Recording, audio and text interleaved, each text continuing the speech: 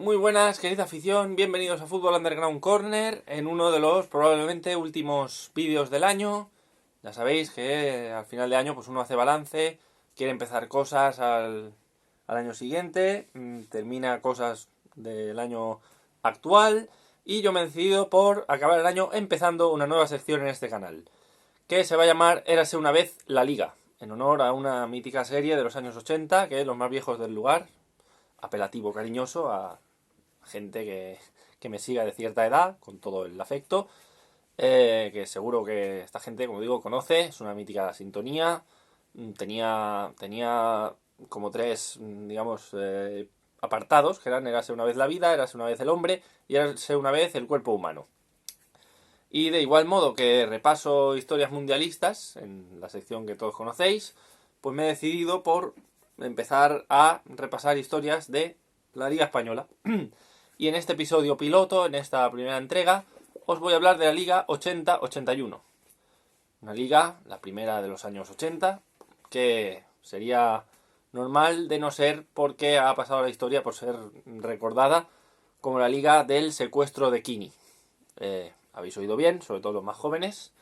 El 1 de marzo de 1981, Kini fue secuestrado. Era una liga, por ponernos en contexto, ahora procederé a la intrahistoria del secuestro y demás, pero os pongo en contexto como acostumbro.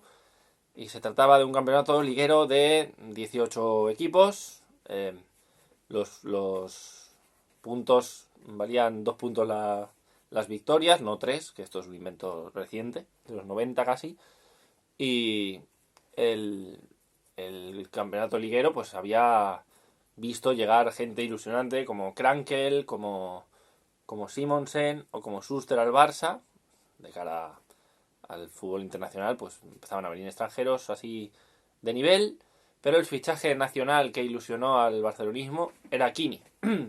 Hay que decir que en esta época, ha cambiado mucho el fútbol desde entonces, existía un concepto llamado derecho de retención, por el cual los clubes se reservaban el derecho, valga la redundancia, de retener a un jugador o de no vender a un jugador si no acababa contrato y demás. O sea, no era tan fácil de que en este caso con el Barça, con Kini, pues ofreciera 30 millones de pesetas y se lo llevase. Entonces el Barcelona peleó varios años el fichaje del delantero asturiano, que era una genial persona y un ser humano estupendo en todos los sentidos. Ser humano, grandioso, y no es un tópico porque haya fallecido el año pasado. Es cierto, es sabido, que todo el mundo lo sabe, que no tenía enemigos. Era un asturiano universal. Y para que veáis, sobre todo ya digo los jóvenes que no sean asturianos, a lo mejor que sí que lo conocen, los sportinguistas, los valores que tenía Kini inculcados, hay que decir, en torno a su figura, que su hermano, Jesús Castro, falleció por ayudar a unos niños ingleses que se estaban ahogando en una playa, e intentó rescatarlos, los rescató y se ahogó él, pereció él en el mar por una labor solidaria por salvar 2 vidas jóvenes. Bueno, la perdió él. Entonces, en base a estos valores, Kini pues era un hombre, ya digo, querido allá por donde fuese, pues respetado por rivales, incluso supongo yo que por los del Oviedo. No soy asturiano, pero ya digo, esto es de sobra conocido.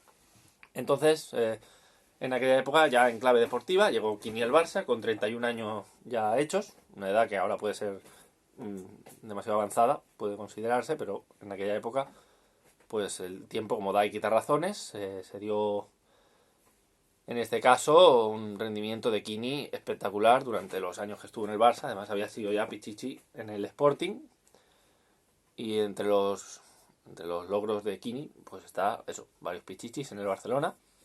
Pero ya digo, esa temporada de Kini en el Barcelona, esa primera temporada, tuvo un antes y un después, cuando su equipo, el Barça, pues había empezado de manera decepcionante, era 14º en la jornada 8, estaba a 8 puntos del Atlético de Madrid, que era líder, tenían buenos jugadores, el Barcelona, ya he dicho, Krankel, Schuster, el propio Kini, pero no carburaba. Empezó Kubala de entrenador, que también luego sería seleccionador nacional más tarde.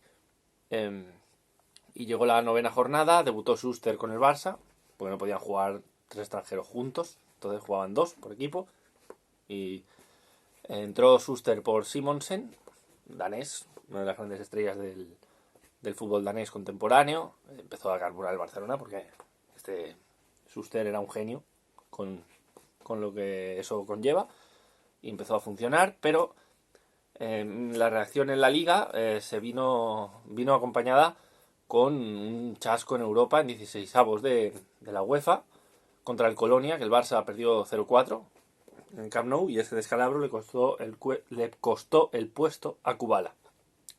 Entonces el hispano-húngaro fue destituido y le sustituyó un mito en los banquillos, que era Elenio Herrera, del que hablaré en algún vídeo seguro a nivel monográfico, porque es un personaje que merece hablar de él largo y tendido. Este hombre, pues, digamos que para los postmillennials vendría a ser una especie de Mourinho, ¿no? Era un genio psicológicamente, tenía unas grandes habilidades motivadoras, era un buen gestor de vestuario a niveles que a lo mejor los métodos no eran muy adecuados. Ya os lo contaré esto en otros vídeos, que me estoy yendo del tema para variar. Y bueno, el Barça pues empezó a reaccionar. Schuster empezó a carburar, Kini empezaba a marcar goles, y llegó la jornada de infausto recuerdo para los culés y para todos los aficionados españoles.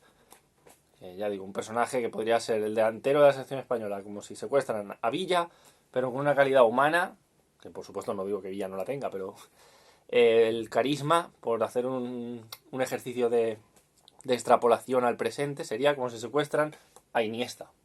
El Barça ganó al Hércules en el Camp Nou y Kini fue secuestrado en un shock que era lógico, porque por otra parte, esto ya es un apunte histórico, yo además de futbolero pues, estudié historia, y por poner en contexto a quien no lo sepa o a los extranjeros que me puedan estar viendo, España en el año 1981 era un país convulso, con una democracia recién estrenada, tenía 6 años, empezaba a andar, y habíamos salvado la semana anterior, una intentona de golpe de Estado que hubiera supuesto otro cataclismo en el país. Había problemas sociales problemas a nivel social, como el terrorismo de la banda terrorista ETA. Bueno, todos los españoles ya lo saben, eran los años duros de ETA, y como se decía en la época, había mucha gente con ganas de apretar el gatillo, entonces secuestraron a Kini y ya pues empezó a especularse esto, quién ha sido ETA, no sé qué. Luego se descubrió que eran una banda, un grupo de delincuentes comunes, que eran delincuentes porque habían cometido un delito, pero eran trabajadores en paro, que en aquella época difícil, de crisis y demás, pues tuvieron a mal, no voy a decir que tuvieron a bien, secuestrar al genial delantero y genial ser humano asturiano, a Kini. Entonces, por hacerse oír o por llamar la atención, imagino que vieron en Kini una presa fácil, pero luego Kini, en otro alarde de su humanidad, pues les perdonó. Dijo que no le guardaba rencor y que no iba a tomar represalias, etcétera. Solo quería salir de allí, y bueno, esta es una muestra más de quién era Kini, ¿no? En esa situación, que todo el mundo pues desearía lo peor, que ojo por ojo, que lo paguen. Kini los perdonaba. Ese era Kini. Total, que ya vamos al plano deportivo. El Barcelona, lógicamente, pues en esa espiral de incertidumbre de dónde está nuestro compañero, dónde está nuestro amigo, dónde está Kini, pues se dio la fatalidad de que visitaba el Calderón, que era líder en aquel primer partido sin Kini, el Atlético de Madrid. Entonces iban al Calderón, pero habían reaccionado bien, como he dicho antes. Entonces, el primer partido sin Kini, pero si ganamos nos ponemos líderes. El Barça cayó, no pudieron hacer frente a aquella situación. Se había especulado con que la Liga se parase, se detuviera la competición, pero se estimó conveniente, pues algo así como que el show debe continuar. Esto no es el único ejemplo que ha pasado. Esto ha pasado a veces, que hay una catástrofe y se sigue jugando. El show debe continuar, ¿no? Y entonces, como digo, el Barça cayó, estuvo 4 partidos sin Kini, solo ganó un punto, o sea, solo cosechó un punto. Kini reapareció el 5 de abril en el campeonato liguero, no dio ya para reaccionar, había sido liberado el 25 de marzo, estuvo como un mes, 4 semanas secuestrado, pero en un shock así, pues los compañeros no respondieron, y es que no es el único caso que pasa esto. Un vestuario, que es un grupo humano, como dije en otro vídeo, pues se ve sacudido por una desgracia que trasciende lo deportivo, y puede ser, por ejemplo, el caso del Sevilla, con Antonio Puerta, el caso de este año ha pasado con el Extremadura de Reyes, al final te trastoca los planes. El Benfica de Miklos Fejer, el Español cuando murió Jarque en pretemporada.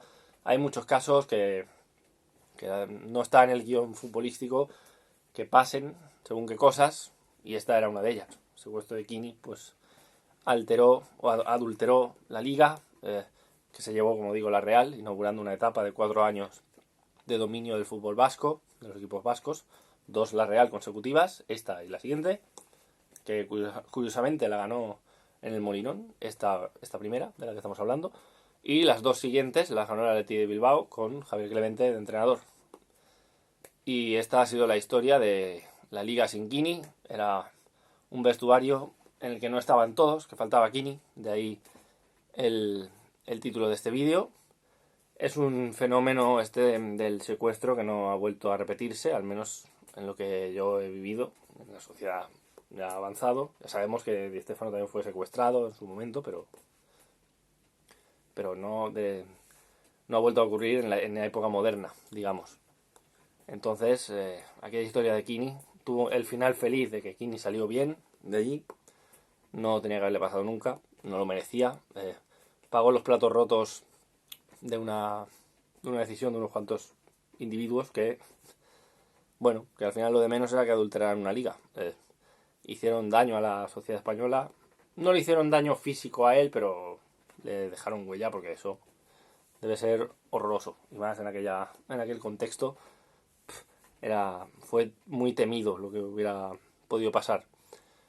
Y esto ha sido todo por hoy en esta primera entrega.